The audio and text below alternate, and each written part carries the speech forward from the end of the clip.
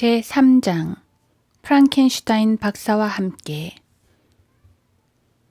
다만 한 가지 일, 즉 뒤에 있는 것은 잊어버리고 앞에 있는 것들에 손을 뻗쳐 그리스도 예수 안에서 하나님의 고귀한 부르심의 상을 위하여 그 표대를 향해 쫓아갈 뿐이라. 빌립보서 3장 13에서 14절. 사탄 숭배 의식에서 만행을 당한 생존자와 상담할 때는 대개 또 다른 주제가 항상 있다. 다발성 인격장애로 알려진 정신적 증상의 문제이다. 이 책은 심리학 책이 아니지만 도움을 얻기 위해 교회로 오는 사람들에게 사역하려면 정신의학 연구라는 탁한 물에 손을 담가야만 한다. 아주 오랜 동안 많은 목사들이 성경적 방식으로 직접 사역하지 않고 전문 상담가들에게 이런 사람들을 맡겼다. 그러나 불행히도 심리학은 기껏해야 나약한 과학일 뿐이다. 그리스도인 목사들과 교사들과 지도자들이 자주 숭배하는 우상이다. 심리학이라는 거짓되이 일컬어지는 과학에 대한 비평은 이 책의 범주를 넘어서는 일이다. 정신의학, 임상심리학과 상담 분야 안팎에 관한 많은 글과 저자들이 소위 말하는 크리스찬 심리학의 수많은 오류를 보여주는 놀라운 작업을 이미 마쳤다. 정신과 의사들이나 그들의 약으로 도움을 받을 수 있는 생리학적인 질병으로 생긴 진짜 두뇌 장애가 분명히 있다. 그러나 상담소에서 행하는 어마어마하게 많은 부분은 목사들이 공부를 하면 더 잘 처리할 수 있다. 항상 분명한 해답이 있는 것은 아니다. 우리가 논의하려고 하는 것은 딱 잘라 선을 긋기는 어려운 분야 중 하나다. 중요한 것은 다발성 인격장애인이 생각하는 바가 실제로 일어나고 있음을 그리스도인은 이해해야 한다는 점이다. 사탄 숭배 의식에서 학대당하고 살아남은 많은 이들이 다발성 인격장애로 고통당하고 있다는 말을 듣기 때문이다. 대개는 정신치료사들에게서. 그러므로 그리스도인 사역자들이나 목사가 다발성 인격장애가 진짜라고 믿든 그렇지 않든 무슨 일이 일어나고 있으며 내담자가 기대하는 것이 무엇인지 어느 정도 이해하면서 고통당하는 사람이 현재 처한 상황에서 그들을 만나는 것이 중요하다.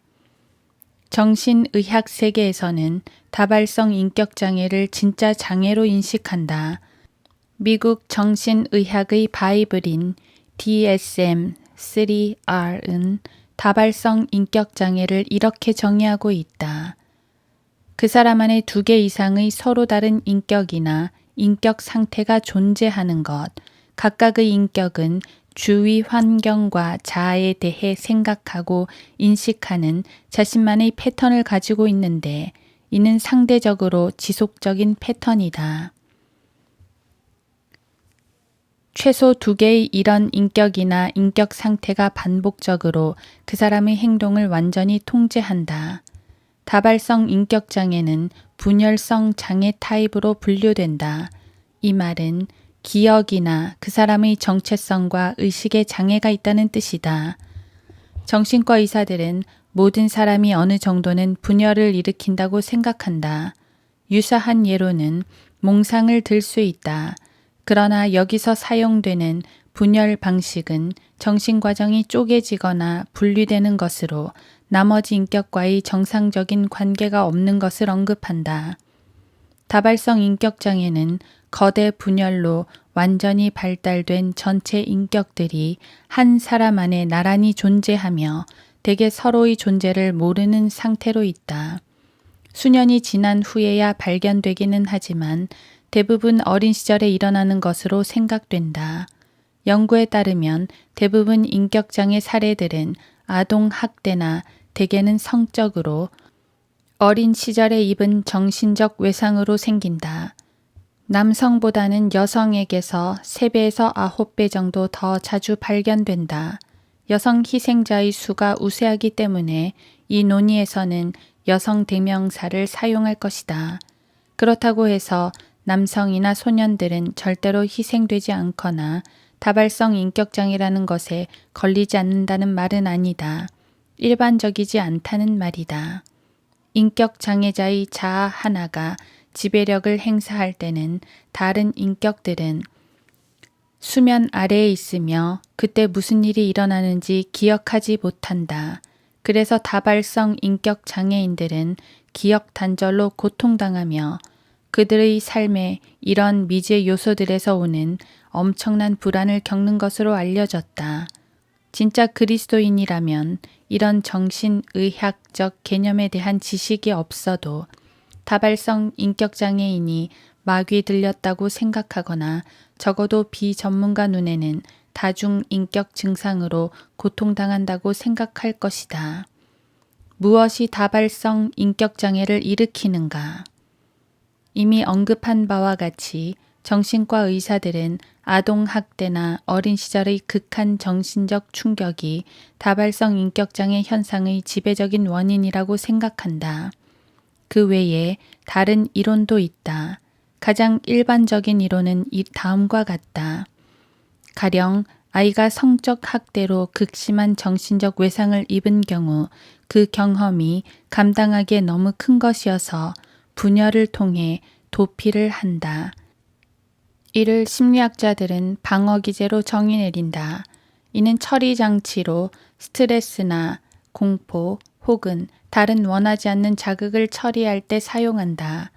다른 사람들에 비해 분열을 일으키는데 더 소질이 있는 사람들도 있다. 다발성 인격 장애인들은 대부분 반복된 학대의 희생자들이라고 주장한다. 수백 번이 아니라 해도 수십 번에 걸친 심각한 정신적 외상 말이다. 그 이론에 따르면 아이가 정신을 분열시킬 때는 학대당한 특정 사건을 담은 일부가 그 아이의 인격의 일부분에서 쪼개진다. 그 아이의 핵심 인격, 원래 쪼개지지 않은 인격은 쪼개진 이 분열된 단편으로부터 격리된 채로 있다. 그래서 아이에게는 학대당한 사건의 기억이 없다. 핵심 인격의 주 기억에서 차단된 채 봉해진 것이다. 그렇게 해서 자아가 형성된다. 여러 차례에 걸쳐 끔찍한 학대를 당한 아이라면 많은 자아들이 있을 수 있다. 학대가 발생한 시기에 따라 각기 다른 나이와 인격 발달의 각기 다른 단계에서 굳어진 자아가 생기는 것이다. 그렇게 해서 30대의 여인에게서 4살 난 자아, 7살 난 자아, 심지어 10대의 자아들이 있을 수 있다. 그 이론에 따르면 창조적이고 상상력이 풍부한 아이에게 많은 자아가 있는 경우라면 훨씬 더 복잡해진다. 자기도 모르게 자아들을 만들어내는데 이들이 학대당한 자아들을 조직화하거나 더 약한 인격에서 나온 자아를 보호한다. 20에서 30개의 장애 인격을 가진 사례도 있는데 자아가 어느 때 수면 위로 부상하고 어떤 자아가 아래로 가라앉아야 하는지를 통제하는 자아들, 즉 내적 교통 경찰 역할을 하는 자아도 있다. 자아들은 때로 정신적 외상의 경험에 근거해서 때로는 가상의 인물들을 근거로 해서 혹은 자아의 기능을 근거로 해서 이름과 정체성을 갖는다. 많은 다발성 인격 장애인들에게는 그들에게 닥친 특정 학대만을 담기 위해 존재하는 거친 자아가 있다. 또한 보살피고 사랑해주는 자아도 있고 핵심 인격이 그 학대에 대해 알아내지 못하도록 막아주는 기능만을 하는 자아도 있다. 그렇게 해서 학대당했던 지식으로부터 그 아이를 보호해주는 것이다. 남성들도 있고 여성들도 있다. 아주 이른 나이에 쪼개져 나갔기 때문에 심지어는 말을 할 수 없는 자아도 있다. 어떤 자아들은 순수하고 얌전할 수도 있고 어떤 것들은 이유 없는 악의를 내뿜을 수도 있다. 어떤 자아들은 핵심 인격에는 없는 재주를 가질 수도 있다. 예를 들어 외국어를 말하는 둥. 그 자아가 핵심 인격이 수면 아래에 있을 때 그 언어를 배웠기 때문이다. 이 자아들이 함께 기능을 잘 하는 법을 배운 사람들은 뭔가 제대로 되어 있지 않다는 느낌만을 가진 채 되게 정상적인 삶을 산다. 대부분의 다발성 인격 장애인들에게는 서로서로에게 말을 걸고 때로는 어느 자아가 어떤 임무를 행할지 동의해주는 자아들이 있다. 이론에 따르면 그렇게 해서 그 아이는 다음을 알지 못한 채 성장한다. 1. 자신이 학대당했거나 2. 자신의 지성 안에 많은 인격들이 있다는 것, 막연하게 불안과 불편함을 느끼지만 그 원인을 꼭 집어 말하지는 못한다. 대개 자아들을 발견하게 하는 일이 생긴다. 그 사람의 삶에서 일어난 어떤 위기로 보통은 무리 없이 흐르던 일상에서 뭔가가 무심코 살짝 느슨해진다. 사랑하는 사람의 죽음이나 혹은 남자와 관련된 일 같은 때로는 자신의 삶에서 뭔가 잃어버린 부분이 있음을 점차 알게 되기도 하고 기억 상실을 경험하기도 한다. 그러다 의사나 치료사에게 가서 다발성 인격장애라는 진단을 받는다. 질병보다 더 악한 치료. 치료에는 치료사에 따라 몇 개의 코스가 있다.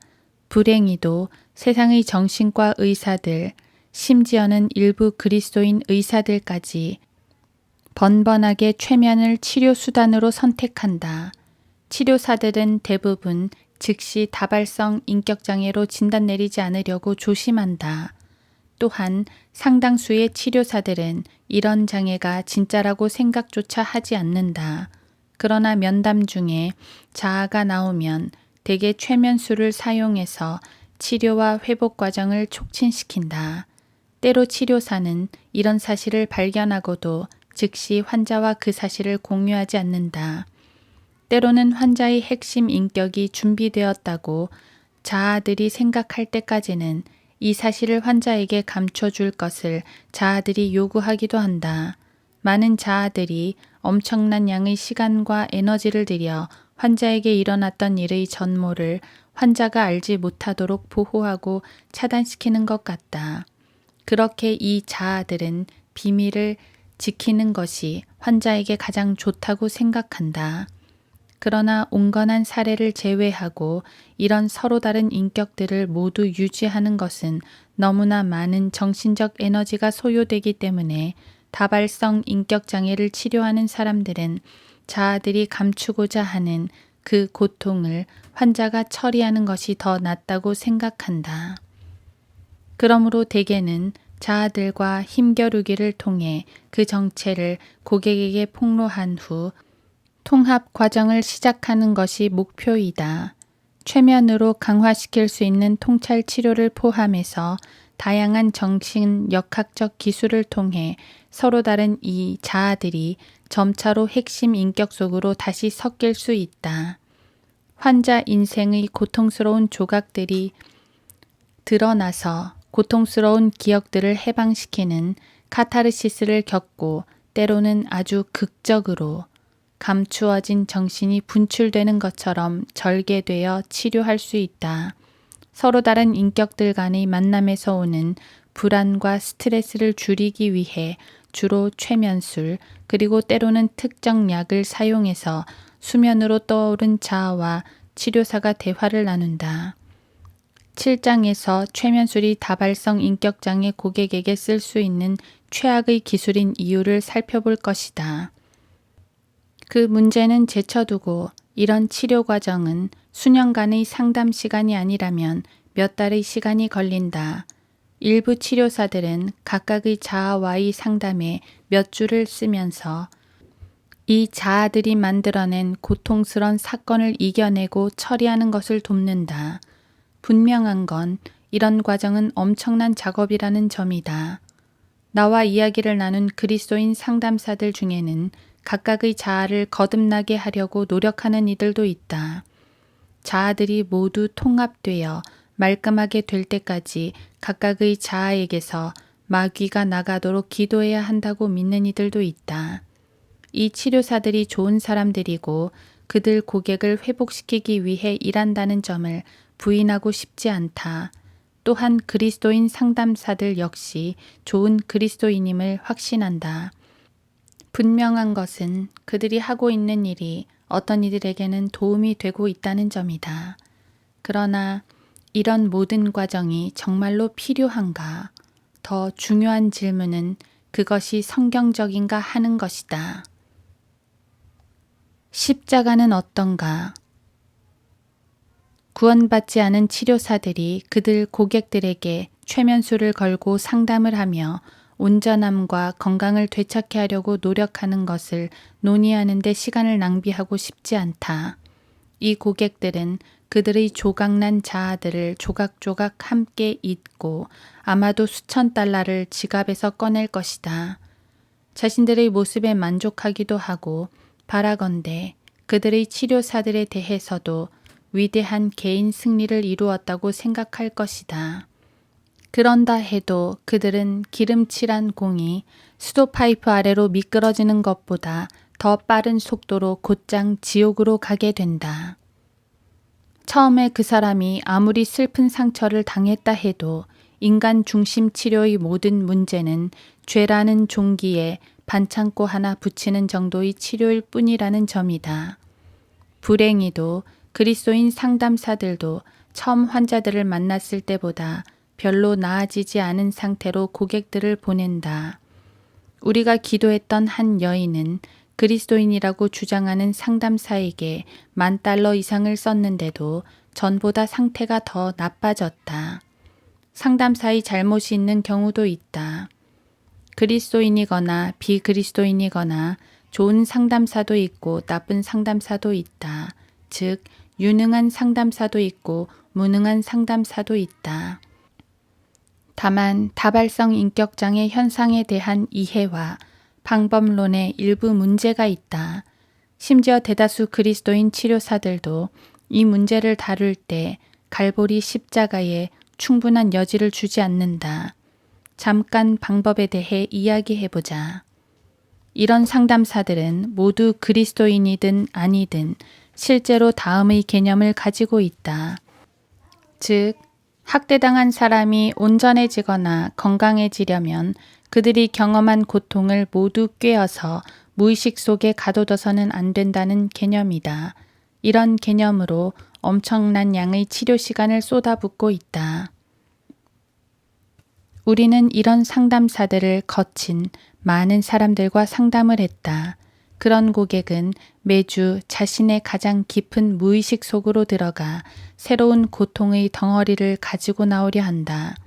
그러면 끄집어낸 새로운 고통의 사건이 해결되는 것이다. 그것도 가능하면 많은 감정과 더불어 고객이 이렇게 하지 않으면 고통을 막는 것이고 좋은 고객이 되지 못한다고 생각한다. 때로 이런 자기 정화적인 에피소드들은 극히 감정적이고 극적이어서 처음에 당한 학대의 고통을 다시 경험하느라 고객은 최면 중에 울거나 소리를 지르기도 하고 바닥에 굴러 떨어지거나 기절을 하기도 한다. 대개 이런 경험은 고객이나 치료사 모두에게 쥐어짠 행주 같은 느낌을 준다. 이런 모든 과정에 십자가는 어디 있는지 묻고 싶다. 고객이 그리고 상담사도 역시 그리스도인이라면 어떤 성경적 행동 수칙을 근거로 치료를 촉진시키기 위해 과거의 상처에서 나오는 고통을 모두 다시 경험할 것을 요구하는가? 다음 시나리오를 보자. 1. 어린아이일 때 처음 고객에게 가해진 학대. 2. 주 예수 그리스도께서는 환자가 처음 구원받았을 때 그 사람을 위해 십자가에서 자신의 몸에 친히 그런 학대를 지셨다. 이사야 53장 4에서 5절. 3. 성인이 된 그 여인은 1에서 자신에게 가해진 학대를 다시 가져가서 해방시킨다. 문제는 이렇다. 예수께서 그 여인을 위해 고통을 지셨는데 왜 다시 그 고통을 가져가야 한단 말인가? 갈보리에서의 경험이 충분치 않단 말인가? 하나님의 말씀에 나오는 다음의 귀한 약속을 보기 바란다. 주의 영이 내게 임하시니 이는 가난한 자들에게 복음을 전하게 하시려고 내게 기름을 부으심이라. 그가 나를 보내셨으니 이는 마음이 상한 자를 치유케 하시며 포로들에게 구원을 선포하고 눈먼 자를 보게 하고 짓밟힌 자들을 해방시켜 주고. 누가복음 4장 18절. 그리스도께서도 죄들로 인하여 한 번 고난을 받으사 의인으로서 불의한 자를 대신하셨으니 이는 육신으로는 죽임을 당하셨으나 성령에 의하여 살림을 받음으로 우리를 하나님께로 인도하려 하심이라. 베드로전서 3장 18절.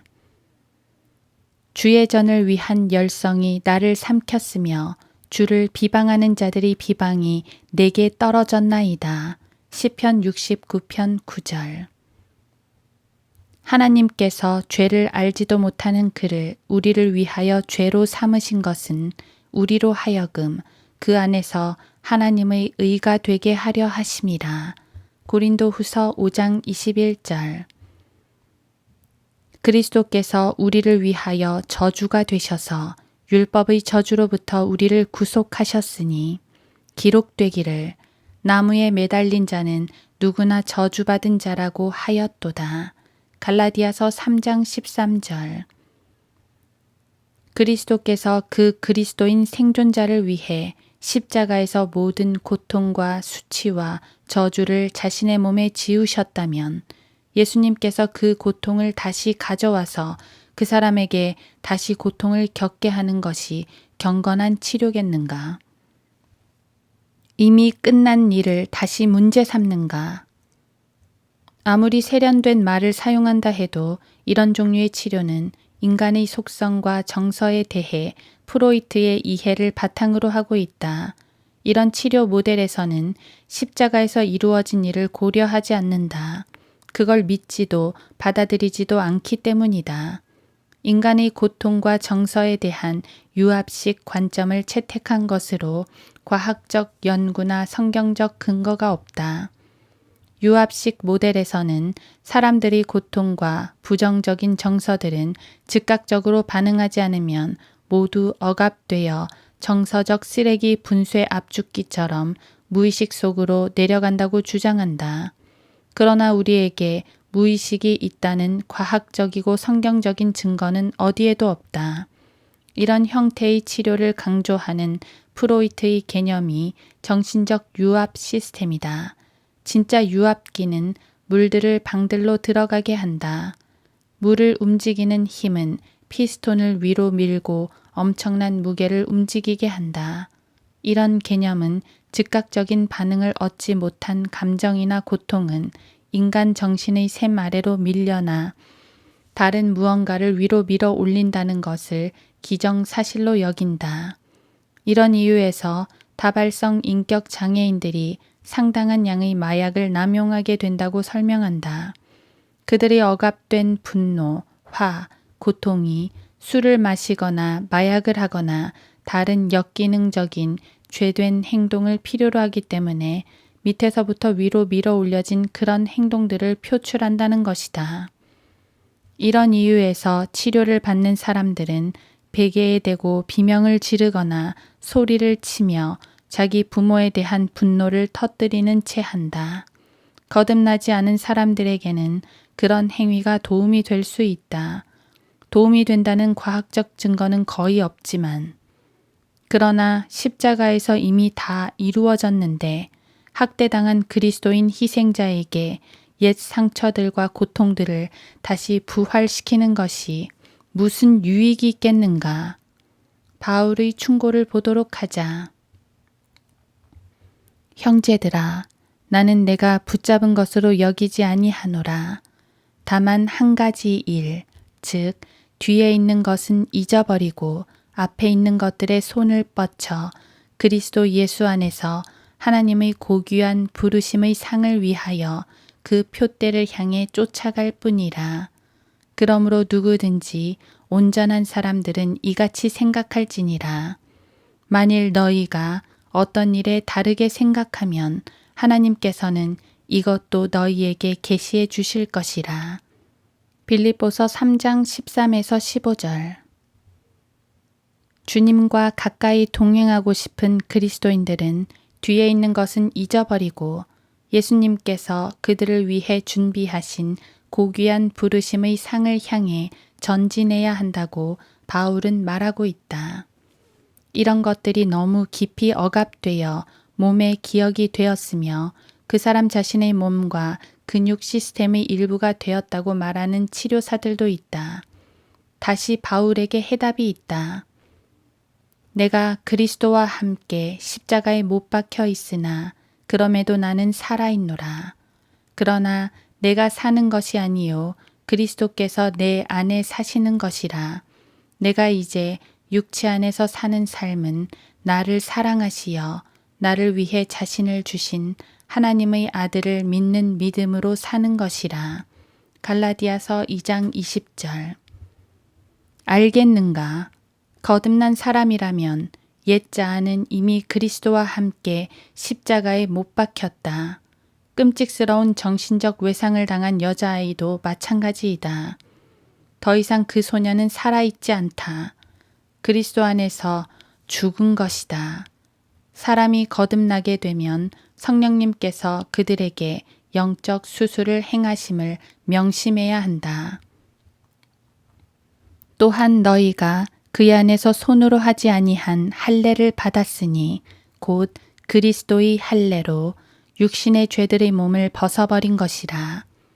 너희가 침례로 그와 함께 장사되었고 또 하나님께서 그를 죽은 자들로부터 살리신 역사를 믿음으로 말미암아 너희도 그와 함께 살아났느니라. 너희 죄들과 너희 육체의 무할례 가운데서 죽었던 너희를 하나님께서 그와 함께 살리셔서 너희의 모든 허물을 용서하셨으니 골로새서 2장 11에서 13절. 우리의 옛 자아는 죽었다. 왜 바울이 우리에게 이런 말을 했겠는가? 이와 같이 너희도 너희 자신을 죽은 자로 여기라. 로마서 6장 11절. 이런 치료들은 모두 그리스도인이 옛 자아로 되돌아가는 데 초점을 맞추고 그런 옛 기억들과 경험들을 부활시키려 한다. 그것이 바로 문제다. 죽은 말을 때린들 무슨 소용이 있겠는가? 우리가 이것을 안하니 곧 우리 옛 사람이 그와 함께 십자가에 못 박힌 것은 죄의 몸을 멸하여 더 이상 우리가 죄에게 종노릇하지 않게 하기 위함이니라. 로마서 6장 6절. 너희가 그리스도와 함께 세상의 유치한 원리에서 죽었을진데 어찌하여 마치 세상에서 살아있는 것 같이 법령에 복종하느냐. 골로새서 2장 20절. 이는 너희가 죽었고 또 너희의 생명이 그리스도와 함께 하나님 안에 감추어졌기 때문이라. 골로새서 3장 3절. 이는 영 안에서 하나님을 경배하며 그리스도 예수 안에서 기뻐하고 육신을 신뢰하지 않는 우리가 할례파임이니라. 빌립보서 3장 3절. 우리에게는 육신을 신뢰할 것이 없는데 왜 그 안으로 파고 들어가 지금 십자가에 못 박힌 것들의 기억을 되살려야 한단 말인가? 정신분석의 원리들과 규칙들은 육신적이며 세상적인 규칙들로 성경적 뒷받침을 전혀 받지 못한다. 그러므로 형제들아, 우리가 빚진 자들이나 육신에 진 것은 아니니 육신을 따라 살 것이 아니니라. 로마서 8장 12절. 육신을 따라 사는 것은 세상 사람이 만든 규칙과 한계를 따라 사는 것이다. 세상 사람들은 우리가 영적으로 할례를 받았으며 우리의 옛 본성이 성령의 칼로 잘려져 나갔음을 이해하지 못한다. 히브리서 4장 12절. 죽은 사람은 율법에 복종할 수 없다. 죽어서 묻혔다. 오직 주 예수 그리스도로 옷 입고 정욕을 채우려고 육신을 위해 계획하지 말라. 로마서 13장 14절. 알다시피 육신은 옛사람으로 사탄 숭배 의식에서 만행을 당하고 살아남은 생존자가 거듭날 때 죽어버린 존재이다. 육신을 준비시키는 것은 그것을 먹이고 부활시키려는 것과 같다. 모든 사람의 육신에는 고통스러운 경험을 말하고 보살피는 것을 즐기는 부분이 있다. 특히 그런 것들이 자신들을 특별하다고 느끼게 해주기 때문에 그렇다. 마치 순교자가 된 듯이 사실 이들 중 많은 이들이 순교자들이다. 그러나 왜 그리스도와 함께 십자가에 못 박히고 당연히 묻어야만 하는 죽은 것들을 깊이 생각하는가? 어려서 당한 고통을 다시 당해야 한다면 치료사가 이렇게 말하는 것과 같다. 예수가 한 일은 충분치 않았어. 너 역시 고통을 당해야 해. 물론 그들은 이런 식으로 생각하지는 않을 것이다. 그런데도 여전히 그렇게 행하고 있다. 이들은 세상의 거짓말들을 믿고 구원의 과정에 있는 영광과 빛을 없애버린다. 사람들은 종종 마녀이자 사탄 숭배자이자 마약 사용자였던 우리의 악한 날들에 대한 상처가 왜 거의 없는지 묻곤 한다. 사탄 숭배자 빌과 샤론 슈네벨레는 죽었다. 그것이 대답이다. 이제 우리 안에는 예수님이 사신다. 그분의 능하신 이름을 찬양하라. 그리스도인은 중생한 순간 죽었다. 그러나 많은 그리스도인들이 이런 설명을 들어본 적이 없기 때문에 머리 잘린 닭들처럼 정신없이 헤매고 있다. 사람들로 하여금 그들의 고통을 방출하도록 하는 치료사들은 프랑켄슈타인과 같은 사람들이다. 그들은 자신들을 통해 감정의 빛을 발산함으로써 죽은 몸을 부활시키려 한다. 그들은 거짓되이 일컬어지는 과학이라는 재단에 엄청난 고문을 당하고 희생당한다. 우리가 기도해준 대부분의 사람들은 이런 놀라운 성경적 현실을 들어본 적이 없었다. 한 번은 이런 주제를 세미나에서 말한 적이 있는데 회중에서 안도의 한숨을 쉬는 것을 몇 번이나 들었다. 참으로 놀랍고 대단하다. 엄청난 자유를 주는 것이기에 뒤에 있는 것들을 잊어버려도 되는 허가를 받은 것이다.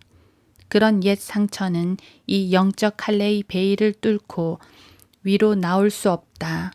그렇게 하도록 초청하지만 않는다면 말이다. 이 사실을 아는 것은 참으로 귀하다. 간단한 기도로 문제를 해결할 수 있는데도 그동안 상담자들이나 목사들이 왜 그런 극심한 고통을 자신들에게 겪게 했는지 많은 사람들이 그 이유를 우리에게 묻는다. 그분의 자녀들이 지금까지 당한 끔찍스러운 모든 일들을 하나님께서는 자녀들이 다시 당하기를 기대하지 않으신다. 주 예수 그리스도의 피의 능력은 그보다 훨씬 더 위대하다. 자신의 과거에 대해 말하고 싶은 사람들을 도울 수 있다면 분명 기쁘게 듣겠지만 우리는 그런 과정을 겪지 않아도 주님에 의해 해방되고 치유되고 온전해질 수 있다고 그 사람들에게 설명해 준다. 그들의 이야기를 말하게 하는 데는 진짜 능력이 있을 수 있다. 야고보서 5장 16절은 이렇게 말씀하신다. 그러므로 너희는 서로 잘못들을 자백하고 치유를 위하여 서로 기도하라. 의인의 효과적이고 열련한 기도는 역사하는 힘이 많으니라. 야고보서 5장 16절. 이런 생존자들은 대부분 자신들이 당한 만큼의 죄는 짓지 않았지만 일부 경험을 논하고 싶어 한다면 그건 괜찮다. 그러나 꼭 그렇게 할 필요는 없다. 끔찍스러웠던 모든 일들을 시시콜콜 말하지 않는다고 해서 나쁜 고객이 되는 건 아니다. 예수님은 시시콜콜한 것을 필요로 하지 않으신다. 그분은 우리의 머리카락까지도 다 세어 놓으셨다. 마태복음 10장 30절. 예수님을 우리 마음과 혼으로 초대함으로써 우리가 자유롭게 되기를 그분은 원하신다.